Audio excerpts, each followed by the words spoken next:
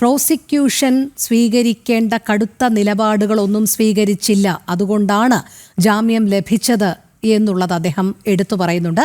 അത് വന്ദന ഫ്രാൻസിസിന്റെ സഹോദരൻ തന്നെയാണ്. അതിനുശേഷമാണ് സഭാ നേതൃത്വത്തിന്റെ അടക്കം പ്രതികരണങ്ങൾ നമ്മൾ കണ്ടത്. അവിടെ കേന്ദ്ര സർക്കാരിൻ്റെയും BJPയുടെയും ഇടപെടൽ അവർ കൃത്യമായി തന്നെ നിരത്തി പറയുന്നുണ്ട്. നമുക്ക് ചർച്ചയിലേക്ക് കടക്കാം. ആദ്യം ശ്രീ KVS ഹരിദാസിലേക്ക്. ശ്രീ KVS ഹരിദാസ്, ഛത്തീസ്ഗഡിൽ നിർബന്ധിത മതപരിവർത്തനം, മനുഷ്യക്കടത്ത് ഇവ നിയമം മൂലം നിരോധിച്ചതാണ്.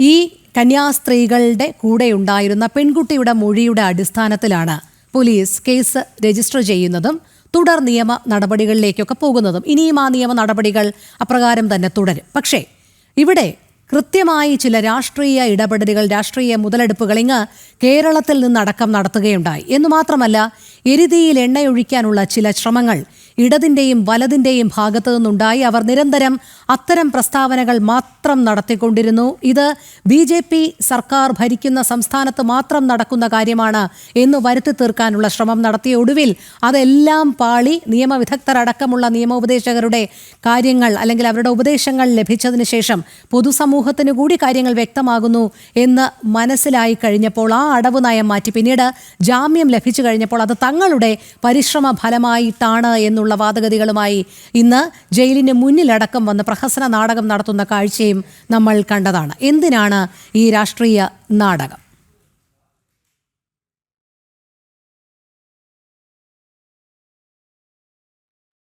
യഥാർത്ഥത്തിൽ ഏറെ സന്തോഷമുള്ള ഒരു ദിവസമാണിന്ന്.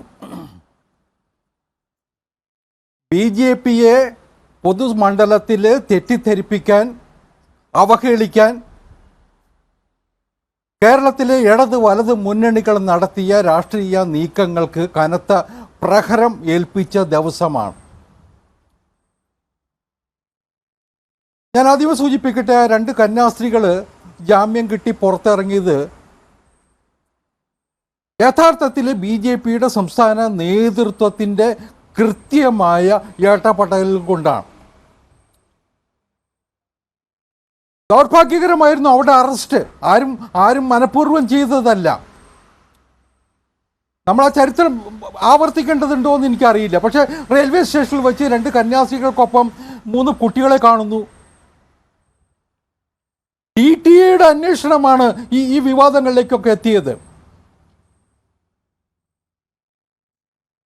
ഛത്തീസ്ഗഡിൽ ഒരു നിയമമുണ്ട്. ഒരു സംസ്ഥാനത്ത് നിന്ന് പുറത്തേക്ക് ആളുകളെ കൊണ്ടുപോകണമെങ്കിൽ അവിടെ ഒരു പോർട്ടലിൽ രജിസ്റ്റർ ചെയ്യണം. സംസ്ഥാനത്ത് നിന്ന് പുറത്തേക്ക് കൊണ്ടുപോകാൻ മാത്രമല്ല, ഒരു ജില്ലയിൽ നിന്ന് മറ്റൊരു ജില്ലയിലേക്ക് ഒരാൾക്ക് കടക്കണമെങ്കിൽ അത് രജിസ്റ്റർ ചെയ്യപ്പെടണം. അത് അവിടുത്തെ സുരക്ഷാ കാര്യങ്ങൾ കണക്കിൽ എടുത്തുകൊണ്ട് ഉണ്ടാക്കിയ നിയമമാണ്. നമുക്കറിയാലോ, മാവോയിസ്റ്റ് അധിനിവേശവും ഒക്കെ കാര്യമായിട്ടുള്ള ഒരു സംസ്ഥാനമാണ്. ആ നിയമം ഞങ്ങളായിട്ട് കൊണ്ടുവന്നതല്ല, BJP ആയിട്ട് കൊണ്ടുവന്നതല്ല. പഴയ കാലം മുതൽ അവിടെ ഉണ്ട്. പക്ഷേ ദൗർഭാഗ്യവശാൽ അതിൻ്റെ പേരിൽ അറസ്റ്റ് നടന്നു. റെയിൽവേ പോലീസുകാരൻ്റെ മുമ്പിൽ ഒരു പരാതി കിട്ടി, അവരെ അറസ്റ്റ് ചെയ്തു.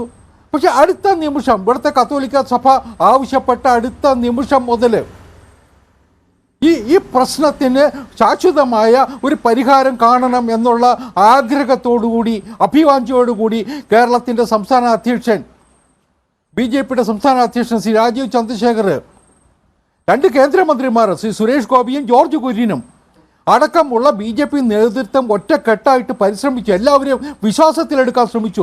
പ്രധാനമന്ത്രിയെ ബോധ്യപ്പെടുത്തി പ്രശ്നത്തിൻ്റെ കാര്യങ്ങൾ, കേന്ദ്ര ആഭ്യന്തരമന്ത്രിയെ ബോധ്യപ്പെടുത്തി, ഛത്തീസ്ഗഡിലെ മുഖ്യമന്ത്രിയെ ബോധ്യപ്പെടുത്തി. അങ്ങനെയാണ് ഇവരിന്ന് പുറത്തു വന്നത്.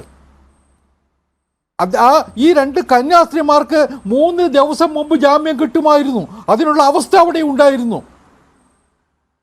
പക്ഷേ നമ്മുടെ കേരളത്തിലെ ഇടതുപക്ഷത്തിൻ്റെയും വലതുപക്ഷത്തിൻ്റെയും MP കേസ് കേൾക്കുന്ന കോടതിക്ക് ചുറ്റും നിന്നുണ്ടാക്കിയ വലിയ വിവാദങ്ങളുണ്ട്.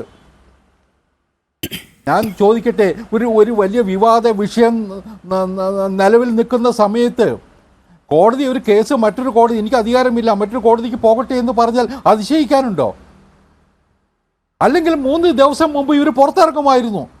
അതിനുള്ള ശ്രമങ്ങൾ BJP നടത്തിയതാണ്. ഇവർക്കാവശ്യം, ഇവിടുത്തെ പ്രതിപക്ഷത്തിന് ആവശ്യം ഈ കന്യാസ്ത്രീകൾ എത്രയും ദിവസം കൂടി ജയിലിൽ കിടക്കണം എന്നത് തന്നെയായിരുന്നു. അപ്പോഴേ രാഷ്ട്രീയ മുതലെടുപ്പ് നടക്കാൻ കഴിയുമായിരുന്നുള്ളൂ.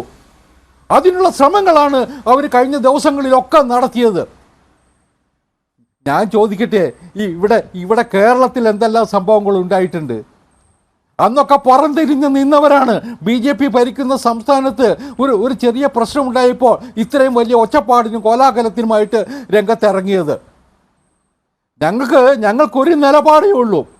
രാജ്യത്തെ എല്ലാ പൗരന്മാരെയും ഒരുപോലെ കാണുന്ന മഹത്തായ പ്രസ്ഥാനമാണിത്. ഒരേപോലെ കാണുന്ന പ്രസ്ഥാനമാണ്. സബ്കെ സാബ് സബ്കെ വികാസ് എന്നതാണ് നരേന്ദ്രമോദിയുടെ പ്രഖ്യാപിത നയം തന്നെ. അദ്ദേഹത്തിൻ്റെ ഗവൺമെൻറ്റിൻ്റെ ഒരു പദ്ധതി പോലും ആരെയും മാറ്റി നിർത്തുന്നതല്ല, ഇൻക്ലൂസീവാണ്.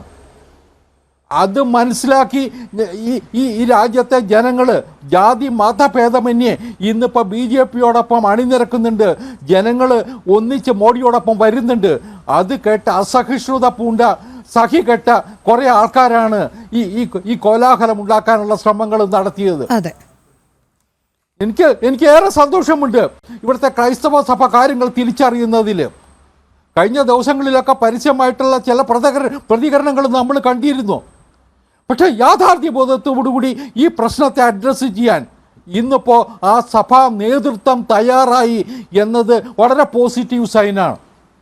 അവർ പലപ്പോഴും അഭിപ്രായ പ്രകടനങ്ങൾ നടത്തുന്നതിന് മുമ്പ് കുറച്ചുകൂടി ആഴത്തിൽ ഗഹനമായിട്ട് ചിന്തിച്ചിരുന്നുവെങ്കിൽ ഈ കഴിഞ്ഞ ദിവസങ്ങൾ നടത്തിയതുപോലുള്ള പ്രയാസമുണ്ടാക്കുന്ന വാക്കുകൾ അവരുടെ നാവിൽ നിന്ന് വരുമായിരുന്നില്ല. അത് ഇവിടുത്തെ ക്രൈസ്തവ സഭാ നേതൃത്വം മനസ്സിലാക്കും, അവർക്കത് ബോധ്യപ്പെട്ടിട്ടുണ്ട് എന്നാണ് ഇന്നത്തെ പ്രതികരണങ്ങളിൽ നിന്ന് നമ്മൾ മനസ്സിലാക്കേണ്ടത്.